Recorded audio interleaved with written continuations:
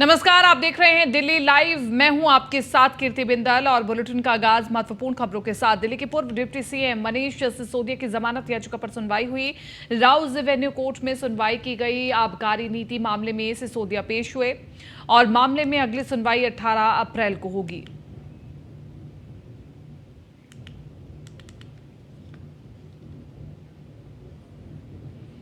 दिल्ली से ये अगली महत्वपूर्ण खबर आपको बता दें। 2024 के लिए विपक्षी एकता की कवायद में कांग्रेस अध्यक्ष के आवास पहुंचे बिहार के सीएम और डिप्टी सीएम मल्लिकार्जुन खड़गे।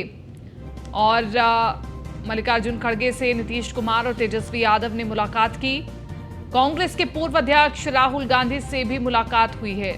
तो कांग्रेस नेता सचिन पायलट रात भर से दिल्ली में मौजूद हैं। आलाकमान से मुलाकात के लिए अभी तक समय नहीं मिल पाया, लेकिन दूसरी ओर नीतीश और तेजस्वी से मिल रहे हैं राहुल गांधी। इसके पीछे क्या वजह मानी जाए? क्या सचिन पायलट को एक बार फिर से आलाकमान की ओर से इग्नोर किया जा रहा है? और एक और कांग्रेस लगातार विपक्षी एकता की कवायद में जुटी हुई है।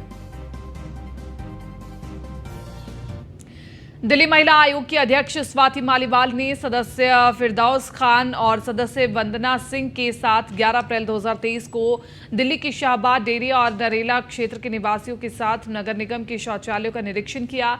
शाहबाद डेरी में नगर निगम शौचालय के निरीक्षण के दौरान दिल्ली महिला आयोग को कई खामियां मिली और बताया जा रहा है कि शौचालय में कबाड़ का सामान भरा हुआ था, जिस कारण उसका भी उपयोग नहीं हो पा रहा है।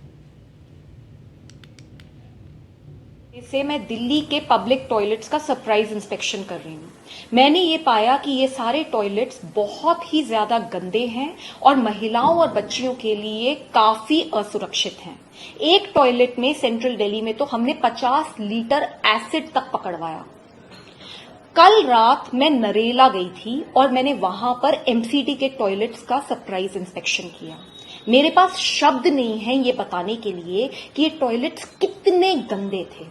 ना इन टॉयलेट्स में पानी था, ना इन टॉयलेट में कोई गेट था। ये कितनी शर्म की बात है हमारे लिए, देश की राजधानी के लिए। मैं एमसीडी वालों को चेतावनी देना चाहती हूं, सुधर जाओ।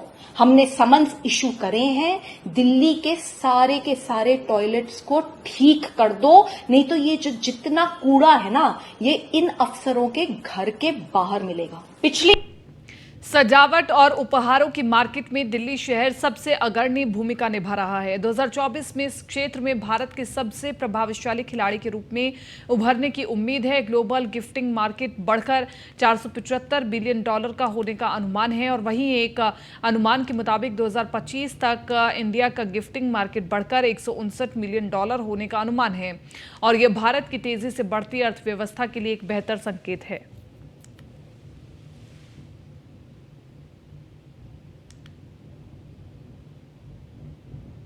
खबर दिल्ली से है, जहां डिफेंस कॉलोनी में इंडियन स्कूल को बम से उड़ाने की धमकी मिली है। पुलिस के मुताबिक ईमेल के जरिए धमकी दी गई है और वहीं पुलिस ने स्कूल परिसर को खाली करा लिया है। बम की सूचना पर पुलिस टीम के साथ बम निरोधक दस्ता भी मौके पर पहुंच गया है।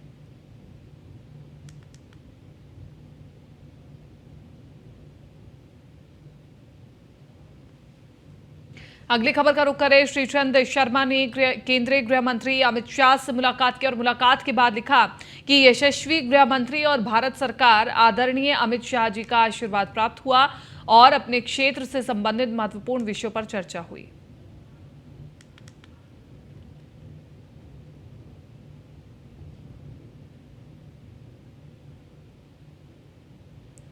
दिल्ली के शेख सराय में माफिया गरीब रेहड़ी पटरी वालों से अवैध उगाही कर रहे हैं। एमसीडी के कई विभागों पर भ्रष्टाचार के आरोप लगते रहे हैं। ताजा मामला एक मिठाई की दुकान चलाने वाले से जुड़ा हुआ है। आपको बता दें कि आरोपी सरकारी जमीनों पर कब्जा करके उन्हें किराए पर देता है और गरीब रेहड़ी पटरी वालों से 1000 रुपए दिन की लेता है।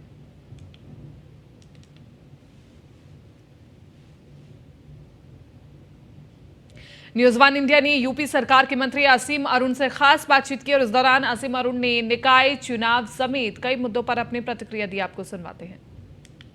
सरकार में मंत्री असीम अरुण जी हमारे साथ बातचीत करने के लिए है। सर, निकाय चुनाव नजदीक है, भारतीय जनता पार्टी की किस तरीके से तैयारियां है? क्योंकि लगातार अखिलेश यादव की अगर हम बात करें या जयंत चौधरी की बात करें, चंद्रशेखर रावण की बात करें, वो जो जन्मस्थली है बाबा साहब अम्बेडकर की, वहां पे 14 अप्रैल को जाने वाले हैं। बीजेपी किस तरीके से तैयार है निकाय चुनाव को लेकर?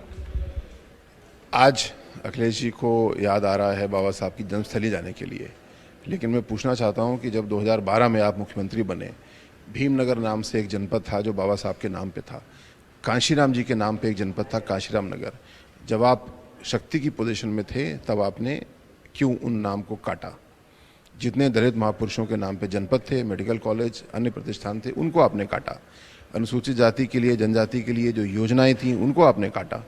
तो ये सबके सामने है। आज आप जाकर के महू में बाबा साहब को प्रणाम करेंगे, मेरी शुभकामनाएं। लेकिन ये भी याद रखिएगा कि महू का जो तीर्थ है, पंच तीर्थ के रूप में मोदी जी ने उसको विकसित किया है। आप अखिलेश जी जब मुख्यमंत्री थे तो आपने उत्तर प्रदेश में कौन सा तीर्थ विकसित किया बाबा साहब के नाम पे? जो था उसको आपने नष्ट करने का काम किया। किसी ने बड़ी अच्छी बात कही है, किसी का चरित्र अगर परखना हो तो उसको ताकत, उसको पावर दे दो। पावर में आने पे वो क्या करता है ये हम सबके सामने है। हम सब देख रहे हैं कि जब अखिलेश जी पावर में थे तो बाबा साहब का अपमान करने में कोई चूक नहीं करते थे, और आज जब पावर में नहीं है तो नतमस्तक हो रहे हैं। ये कंट्रास्ट, ये अंतर सबके सामने है। इससे कोई राजनीतिक फ़ायदा होगा मुझे नहीं लगता, बल्कि उनका गेम जो है ये पूरी तरीके से सबके सामने बेनकाब हो चुका है। सर, एक आखिरी सवाल रहेगा। सर, आरिफ और सारस की जिस तरीके से कहानी आपने देखी, जिस तरीके से आरोप प्रत्यारोप भी चला कि मिलने नहीं दिया जा रहा है, कल अगर हम बात करें तो आरिफ से सारस को मिलने दिया गया, लेकिन वरुण गांधी ने एक ट्वीट किया है। उन्होंने कहा है कि सारस को वापस करने देना चाहिए, ये निश्चल प्रेम है, और एक वीडियो भी उन्होंने ट्वीट किया है। देखिए, ये एक भावुक मुद्दा भी है और एक कानूनी मुद्दा भी है। जो पशु पक्षी हैं उनको, किस पशु को पाल सकते हैं, किस पक्षी को पाल सकते हैं, इसके नियम बने हैं। तो दोनों ही चीज़ों को इसमें देखना है। एक ज़माना था लोग शेर पाला करते थे, वो भी भावुक एक मुद्दा हो सकता था, लेकिन आज कोई शेर पालने को कहे तो हम उसको मना करेंगे। उसी प्रकार तो कानून के अनुसार इसमें चलना होगा। जो भावुकता है उसको भी देख लिया जाएगा, लेकिन कानून के अनुसार चलना ऐसे में बेहतर होगा, क्योंकि वरना बहुत सारे ऐसे मुद्दे खुलेंगे। किसी के पास कोई और पशु पक्षी है जो दुर्लभ प्रजाति का है, उसको उससे बहुत प्यार है, तो उसको रखेंगे या उसको संरक्षित करेंगे। धन्यवाद सर। तो ये थे हमारे साथ उत्तर प्रदेश सरकार में मंत्री असीम अरुण जी, जो न्यूज़ ऑन इंडिया से बातचीत कर रहे थे। वीडियो जर्नलिस्ट के साथ पीयूष तिवारी, नई दिल्ली। दिल्ली के मुख्यमंत्री अरविंद केजरीवाल से बिहार के सीएम नीतीश कुमार ने मुलाकात की, और इस दौरान बिहार के डिप्टी सीएम तेजस्वी यादव भी मौजूद रहे। मुलाकात में देश की वर्तमान आर्थिक, सामाजिक और राजनीतिक परिस्थितियों पर विस्तृत सकारात्मक चर्चा हुई।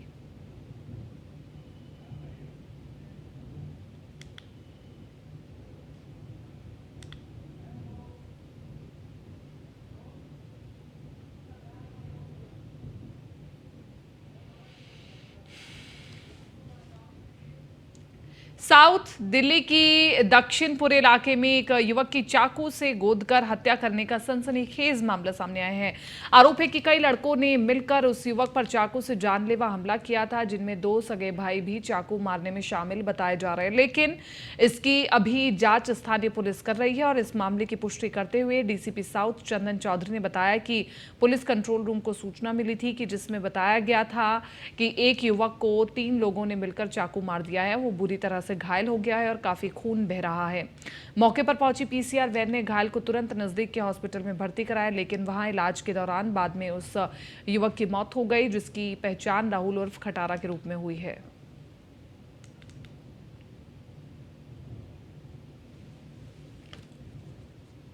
मैं नहीं पता वो कौन। मैंने कहा पता नहीं क्या हुआ, बाहर निकली, मैंने देखा तो वो गिरा हुआ। मैंने अपने बड़े बेटे को बोला, मैंने कहा ऐसा है, ये पता नहीं कौन है, इसको उतार दे नीचे। हमने यहाँ गली में उतार दिया उसको। उसके बाद मैंने उनको बोला, मैं कहा पुलिस वालों को फ़ोन करो।